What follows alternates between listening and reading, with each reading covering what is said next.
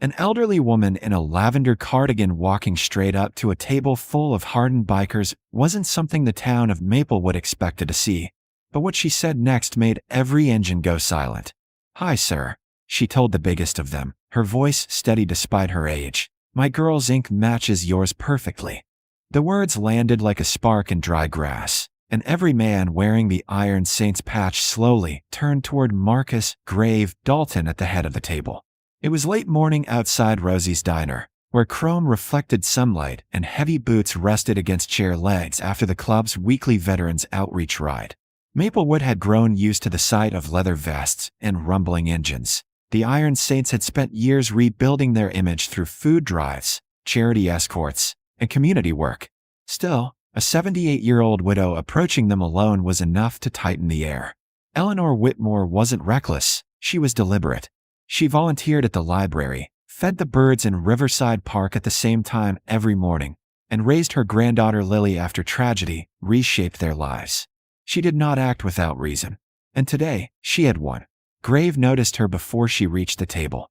6'4", broad-shouldered, with silver threading his dark beard, he carried the kind of quiet presence that didn't require raised voices. The Iron Saints emblem, a burning compass with its north arrow cutting through flame, wrapped around his forearm in bold ink earned over years of loyalty and service.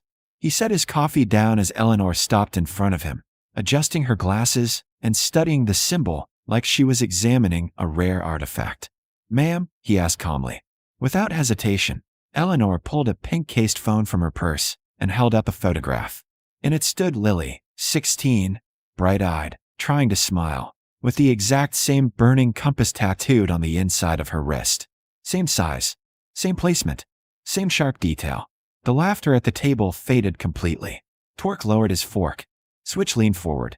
Grave's expression didn't change, but his posture did. "Where did she get that?" he asked quietly. Eleanor lifted her chin. "That," she replied, "is exactly why I'm here." She explained how Lily had begun wearing long sleeves in summer, how she flinched when asked about new friends, how she spoke about family with a tone that didn't belong to a teenager who already had one waiting at home. The tattoo had been done quickly, she said, given by older boys with motorcycles who met at the river overlook. They told Lily the compass meant she'd never be lost again, that she'd always belong. Grave's jaw tightened at that. The Iron Saints did not tattoo minors. They did not recruit children, and no one wore their mark without earning it. "It's your symbol," Eleanor said evenly, "and my granddaughter believes she belongs to it." Around them, engines ticked as they cooled in the sun. Grave looked at the photo again, then back at the small but unshaken woman standing before him. "It's ours," he said carefully, "but we didn't give it to her." The shift in the air was immediate. Less confusion now, more calculation. Someone was using their emblem. Someone was twisting its meaning. Eleanor folded her hands over her purse strap. "I'm not here to accuse," she said. "I just need my girl safe." Grave rose slowly to his full height, the weight of his presence steady but controlled. He glanced once at Torque, who gave a subtle nod. "River overlook." Then Grave faced Eleanor again, voice low and deliberate. "You have my word," he said. And in that quiet exchange, beneath the bright Maplewood sun, a grandmother's courage and a biker's honor allied, because whatever that burning compass meant, it was about to be defended. The symbol wasn't the part that kept Eleanor Whitmore awake that night. It was the look in Lily's eyes when she said the word family. That was what brought her back to the Iron Saints garage the next morning, standing in the wide doorway while the scent of oil and steel filled the air, sunlight cutting through the high windows in long, dusty beams. Lily Whitmore was 16, smart, athletic, the kind of girl teachers described as promising, but the last month had shifted something in her. It started small, staying out later than usual, guarding her phone, jumping at notifications. Eleanor had chalked it up to grief resurfacing. The anniversary of Lily's mother's accident had passed recently, but then came the long sleeves in July and the careful way Lily moved, as if she were protecting something fragile and newly claimed. When Eleanor finally asked about the tattoo, Lily had hesitated just long enough to confirm every fear her grandmother carried. "They're not bad," she'd said softly. "They just understand things." Grave listened as Eleanor told it, his arms folded across his chest while Torque and Switch worked quietly at a nearby bench, pretending not to listen but catching every word. She met them at the river overlook, Eleanor explained. Said they ride most evenings. Said they talked to her like she mattered. Lily had met them after track practice one afternoon when she'd walked the long way home to clear her head. 3 bikes parked near the guardrail. 3 men in their early 20s, maybe older. She couldn't quite tell. They weren't wearing official patches, just leather vests with a rough version of the burning compass stitched onto the back. It looked real enough to someone who didn't know better. They'd asked her about school, about running, about how it felt losing her mother so young. They'd listened, really listened, and when a teenager is aching to be heard, that kind of attention can feel like oxygen. They said the compass means you're never alone. Eleanor continued, her voice tight but controlled. They said north is wherever your family stands. Brave's jaw flexed. That wasn't how the Saints explained it. For them, north meant responsibility. It meant standing steady when others faltered. It wasn't a recruitment slogan. How'd they convince her to get inked? Pork asked quietly. Eleanor's fingers tightened around her purse strap. They told her it was symbolic. Small. Just a mark to show loyalty. They said it would make her official. Official. Grave felt something cold settle in his chest. The Iron Saints had strict rules about their insignia. No one wore it without earning it. No one used it without permission. And absolutely no one used it to lure a 16-year-old girl. Lily had told her grandmother the tattoo was done behind an abandoned gas station on the edge of town. A portable kit. Quick. Clean enough to pass inspection at a glance, but nowhere near professional standards. When Eleanor asked why she agreed, Lily's answer had been painfully simple. They said I'd always have somewhere to go. In the garage, the hum of a compressor kicked on, then off. Switch set down his wrench a little harder than necessary. Grave stepped closer to Eleanor. Did they ask her for anything? He asked. Eleanor hesitated. At first, just to hang around. To keep them company. Then it was small things. Hold this backpack. Drop this envelope at a locker downtown. She didn't think it was wrong. She thought she was helping. Grave closed his eyes briefly. It was a pattern he'd seen before. Grooming disguised as belonging. Favor by favor until the line blurred. She's not in trouble, Eleanor said quickly, misreading his silence. She's a good girl. Grave's eyes opened again, steady. I know. And he did. He'd seen enough lost teenagers orbiting dangerous crowds to recognize the difference between rebellion and vulnerability. Lily wasn't chasing chaos. She was chasing connection. Torque walked over, wiping his hands on a rack. You said 3 guys? He asked. Eleanor nodded. One with a shaved head and a snake tattoo on his neck. One taller, dark hair, called himself Mason. The third didn't talk much. Grave exchanged a look with Torque. That was enough to start digging. We'll handle it, Grave said finally. Eleanor met his gaze again, searching for any sign of dismissal.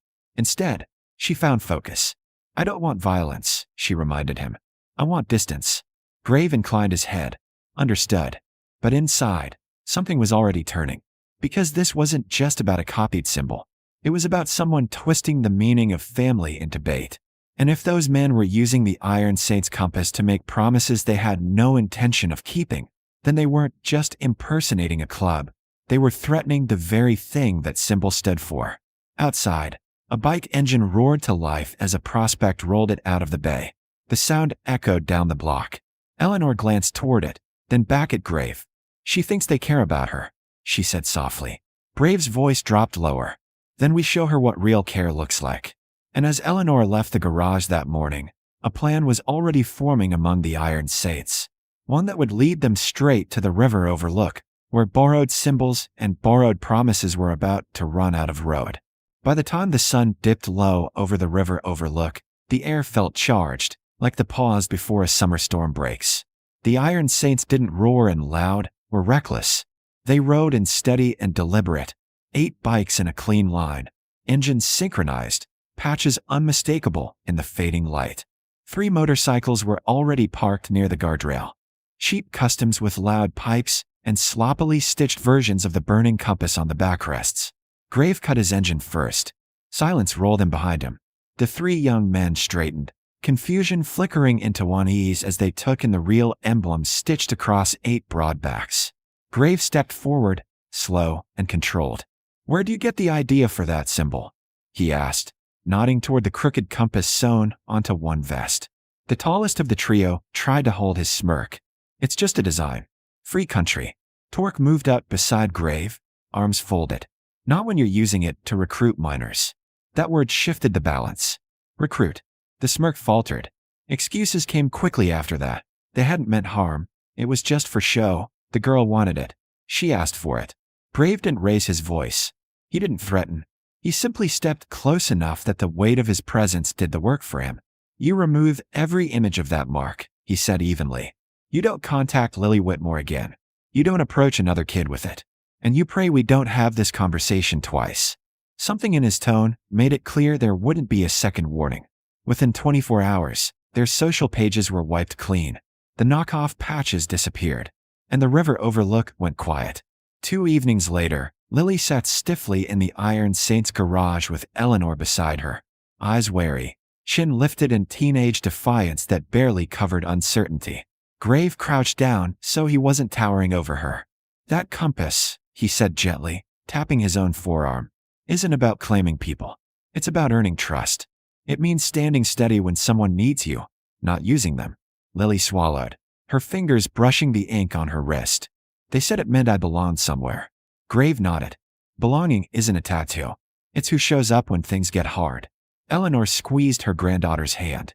Torque's wife stepped forward then, introducing herself, talking about the youth mentorship program they ran out of the same garage on Saturdays, mechanics classes, college prep help, real community. No promises wrapped in mystery. No hidden favors. Just structure and support. Lily hesitated. Then she agreed to come back the following weekend. The first session was awkward. The second less so. By the third, she was laughing while trying to loosen a stubborn bolt. Grease smudged across her cheek, surrounded by adults who expected nothing from her except effort. Eleanor watched from a folding chair in the corner, peppermint candies in her purse as always, relief softening the lines around her eyes. One quiet morning a few weeks later, she crossed the street to Rosie's Diner again, where the Iron Saints sat over coffee. Grave looked up as she approached, and this time there was no tension in the air. She's doing well, Eleanor said simply. Grave nodded once. She's got a good head on her shoulders. Eleanor glanced at the compass inked into his arm, then down at the smaller version on Lily's wrist as her granddaughter waved from across the street, toolbox in hand. North, Eleanor said thoughtfully. Isn't about never getting lost, is it? Grave followed her gaze to Lily. No, ma'am, he replied quietly. It's about someone willing to point you home. Across the road, Lily laughed at something Torque said, the sound bright and unguarded. The river overlook was empty now, the knockoff symbols gone, and the burning compass meant what it was always meant to mean. Not ownership, not intimidation, but direction. Not control, but protection. Eleanor gave Grave a small nod before heading back toward her granddaughter. The engines would rumble again soon enough, and life would carry on the way it always did in Maplewood.